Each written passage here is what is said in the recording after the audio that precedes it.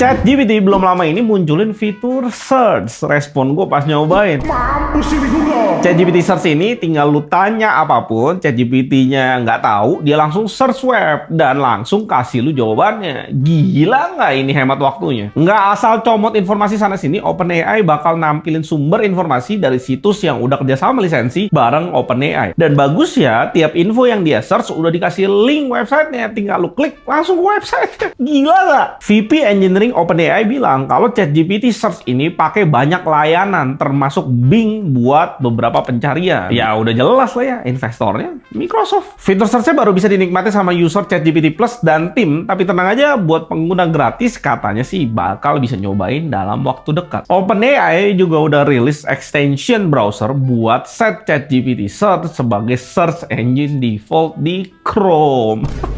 Itu sama aja OpenAI begini disaingannya. Ngeri, Sam. Info ke depannya, OpenAI bakal ngembangin lagi kemampuan ChatGPT Search ini biar bisa buat shopping, travel, terus juga bakal punya mode suara. Biar bisa langsung ngobrol, nggak capek ngetik lagi. Lanjutnya, OpenAI juga terus nge-push AI-nya mereka yang kabarnya bakal bikin chip khusus buat AI mereka sendiri kerja sama bareng Broadcom dan TSMC. OpenAI ini sadar kalau lama-lama ketergantungan sama satu supplier chip kayak Nvidia itu bisa nyusahin mereka di masa depan karena tahu demand chip AI ke depannya bakal jadi rebutan banget. Bikin chip AI sendiri juga jadi cara OpenAI buat ngejar kemampuan komputasi yang lebih powerful lagi buat ngejalanin AI-nya mereka, terutama di bagian inferensi. Tugas buat model AI supaya bisa kasih respon lebih cepat. Broadcom buat desain, TSMC buat manufaktur chipnya, ini bakalan katanya punya performance yang sangat mutakhir dan siap di launch sekitar 2026. Ya OpenAI punya AI-nya. Dia tinggal gunain AI-nya ini buat bantu bikin chip biar AI-nya makin kenceng. Makin kenceng AI-nya, dia makin kenceng juga gebukin Google. Dan ternyata Google nggak cuma dihantam OpenAI, dia dihantam juga sama Rusia. Pengadilan Rusia denda Google 20 decillion US dollar. Dan buat lu yang nggak tahu decillion dollar itu berapa banyak, 33 nol lu tambahin di belakang angkanya. Jadi kalau 20 decillion ya nolnya ada 34 berarti.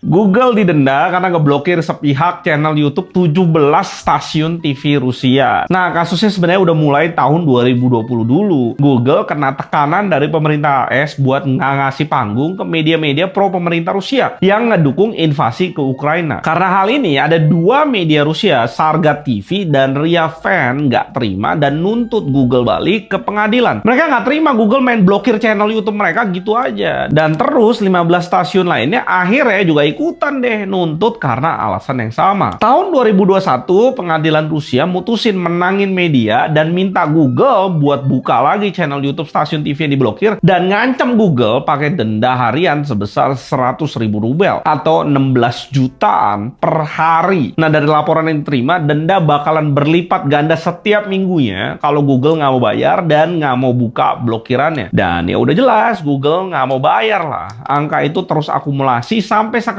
nyampe lah 20 decillion US dollar. Masalah denda dari Rusia ya Google udah kenyang banget. Kayak tahun 2022 juga Google dituntut lagi 21,5 miliar rubel karena nampilin video yang dianggap terlarang di Rusia. Makanya nggak heran kalau Google mulai nge-cut layanan di Rusia, terutama periklanan. AdSense juga udah dicabut Agustus kemarin dan infrastruktur mereka juga udah nggak keurus. Jadi YouTube dan Google Search makin lelet di Rusia. Ya berarti kalau Google cabut mungkin dia bisa sama barang OpenAI berikutnya. 2 decillion sih gila banget. Dari riset aja total kekayaan global cuma 477 triliun US dollar. Google kalau semua asetnya dijual aja nggak sanggup bayar segitu.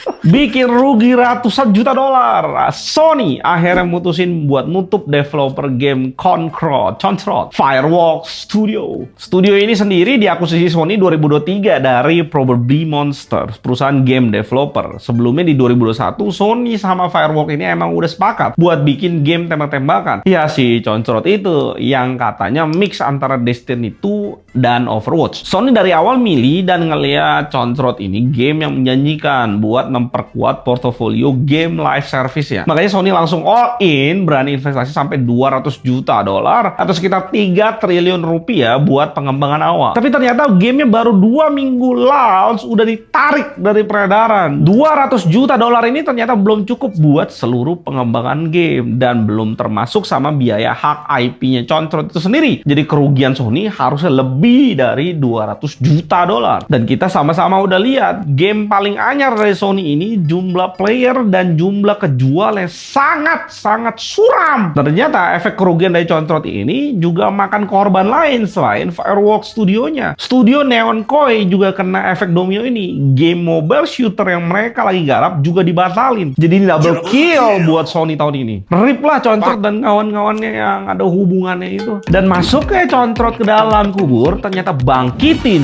brand monitor pabrikan terbaru. Skyward H27G30Q 27 inch QHD IPS 180 Hz, dipakai gaming dan editingnya enak. Lu bisa cek review lengkapnya di GTID. Harganya cuma 2,3 juta dan kalau lu pakai promo-promo 11-11 nanti bisa jadi 2,1 juta. Garansinya 1 dot ganti baru, membantai persaingan monitor-monitor badut di Indonesia. Lengkapnya cek di deskripsi di bawah. Samsung di tahun ini sempat diprediksi bakal panen besar cuan karena boomingnya AI. Ya secara Samsung punya bisnis chip, saham, dan profit prediksinya bakal naik gila-gilaan. Tapi ternyata justru kebalikannya. Bulan Juli lalu saham Samsung anjlok 32% dari puncaknya. Alasannya karena Samsung mulai kehilangan keunggulan teknologi, khususnya di bidang chip memori AI. Yang sekarang malah dimenangin sama saingan beratnya SK Hynix dan TSMC. Samsung kalah cepat sama SK Hynix yang sekarang mulai produksi massal chip HBM generasi terbaru. Padahal HBM ini kunci buat proses AI yang cepat dan powerful. Di sisi lain ada juga TSMC yang menguasai bisnis foundry atau chip pesanan buat perusahaan gede kayak Nvidia dan Apple. Sementara Samsung harus kehilangan 122 miliar dolar, TSMC malah berhasil nambahin market value-nya lebih dari 330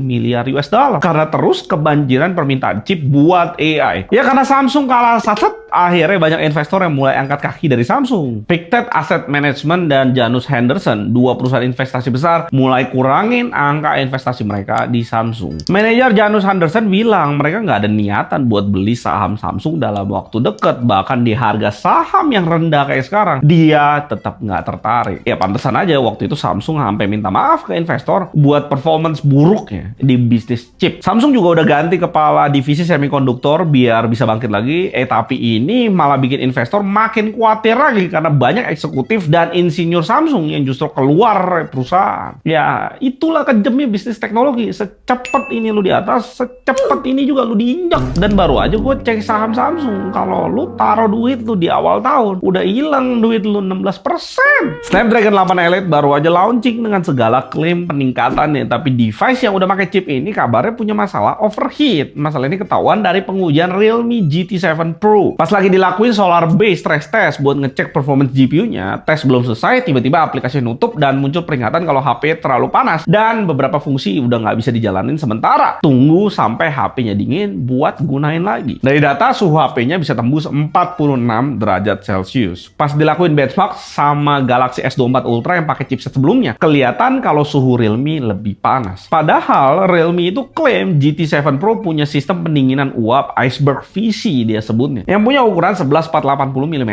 jadi yang terbesar di kelas ya. Harusnya bisa ngimbangin suhunya, tapi lu bisa lihat chartnya, Realme jadi lebih panas. Bikin chip di HP ya sulit ya. Push performance gila-gilaan, tapi kalau manajemen panasnya belum terkontrol baik, panas device ya bakal ugal-ugalan. Goldwyn, baru-baru ini netizen rame ngomongin laptop Core i5, harganya nyampe 28 juta di website LKPP. Merek laptopnya aja tuh asing gitu di telinga. Goldwyn.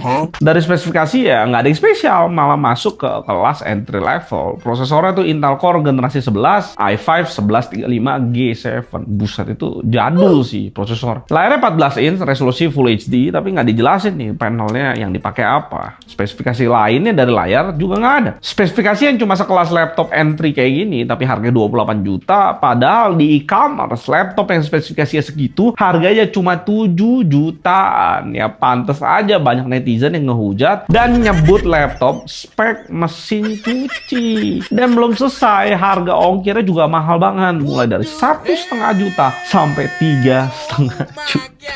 1,5 juta kirim laptop, itu mah ongkos Jakarta Papua kayaknya. Dan terakhir ada yang butuh bantuan nih. Apa dari lu pada ada yang tahu gimana cara ngerubah sinyal H di motor jadi 4G biar bisa ngebut?